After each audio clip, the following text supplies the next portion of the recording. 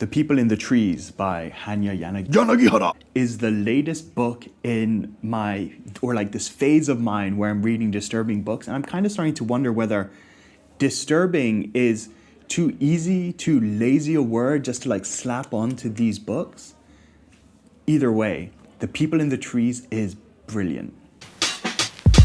Welcome to Reading for Idiots. This channel is basically reading encouragement porn.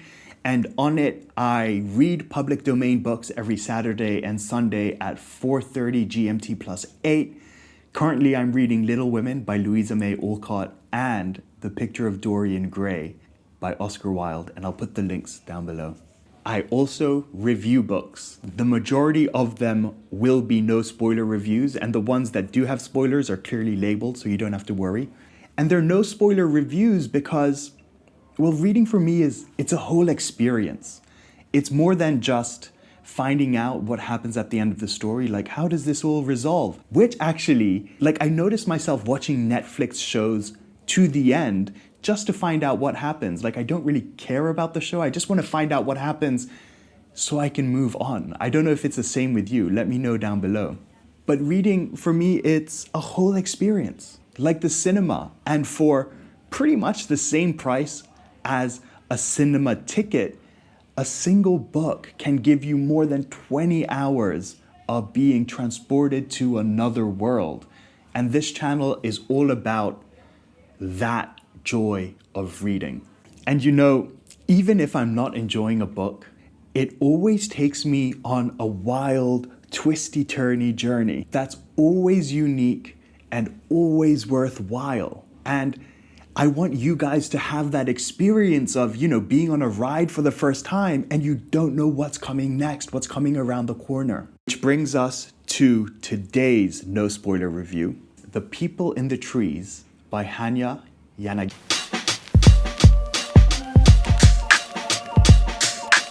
The book that Hanya Yanagihara is probably most known for is her second novel, the 2015 Booker Prize shortlisted A Little Life, which, incidentally, a friend of mine said it was so disturbing she had to put it down. That just sounds like a ringing endorsement to me. But the book we're going to be talking about today is Hanya Yanagihara's debut novel, published in 2013 to widespread critical acclaim, The People in the Trees, which, knowing as I did that it was her first novel, makes it all that more accomplished. Is that the right word? Like polished? Like it's so well put together. It feels like she really knew exactly what she was doing, even though it was her first novel. So who is this person who creates for her debut novel such an accomplished piece of work? Hanya Yanagihara is an editor, she's a travel writer, she's a novelist, obviously. She's also the editor-in-chief of T Magazine, which is the New York Times' style magazine. She has a few interesting stories about how some authors have been quite snobby to her in the past because she works as an editor even though she is a successful author. She's part Korean, she's part Japanese.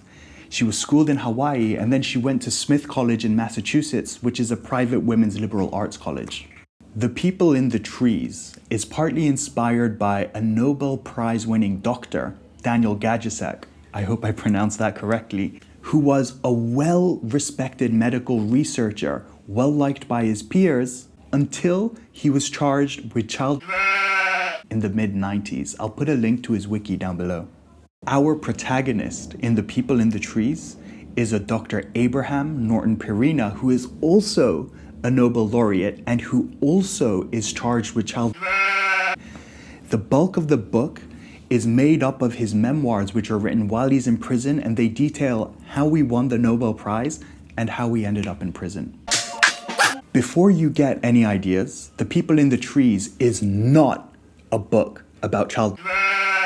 If anything, it reads like a travel adventure book. So in the book, there's this fictional island called Ivu Ivu, where Norton Perina, as another character calls him, like this character just straight up ignores his first name, Abraham.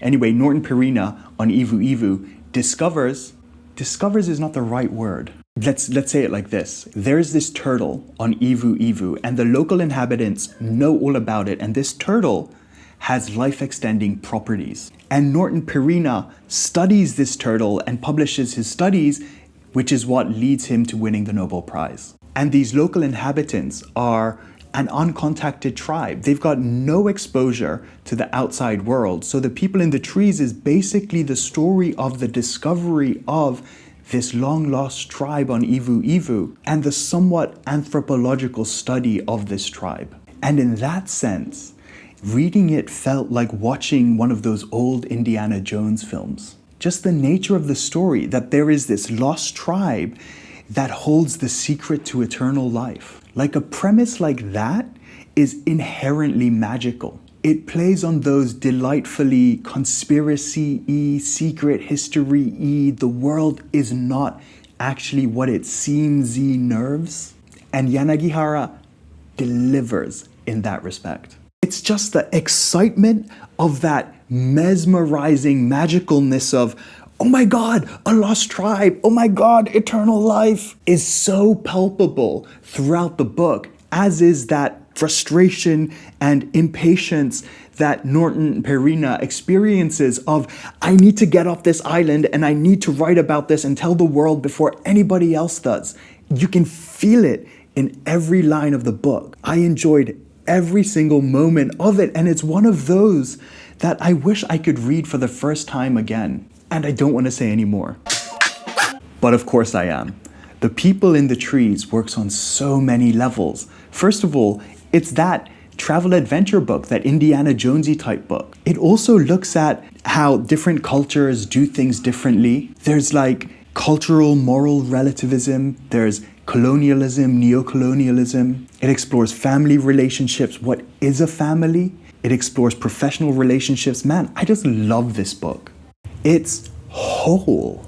Like you see the book through the eyes of Norton Perina, like a very intelligent scientist, an intelligent doctor. He wins the Nobel Prize. And you see the world through his eyes, through the eyes of this scientist. And Yanagihara completely pulls it off. And it's her first book. The People in the Trees is absolutely absorbing. It is beguiling. And there's this subtle way in which it's unnerving too. Like the film Midsommar, it's in the atmosphere.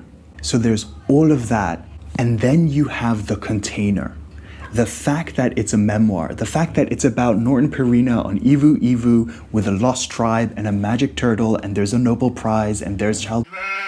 And it's in this container of the story where the genius lies, where the frighteningness and the disturbingness of the book resides. You gotta read it. And really, that's all I'm gonna say.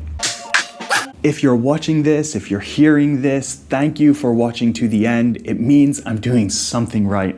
If you have any book recommendations, if there's any book you wanna hear me review, I'd love to hear your suggestions. Also, if there's a public domain book you want me to read, fire away, I wanna hear it. Finally, if you have any ideas for videos you wanna see me create, I'm all ears. If you like this video, it really helps me a lot as a tiny channel. It absolutely makes the biggest difference if you share this video with your friends, if you like this video by clicking it, if you subscribe to my channel. So yeah, that's it. Thanks so much. Goodbye for now. Like, share, subscribe.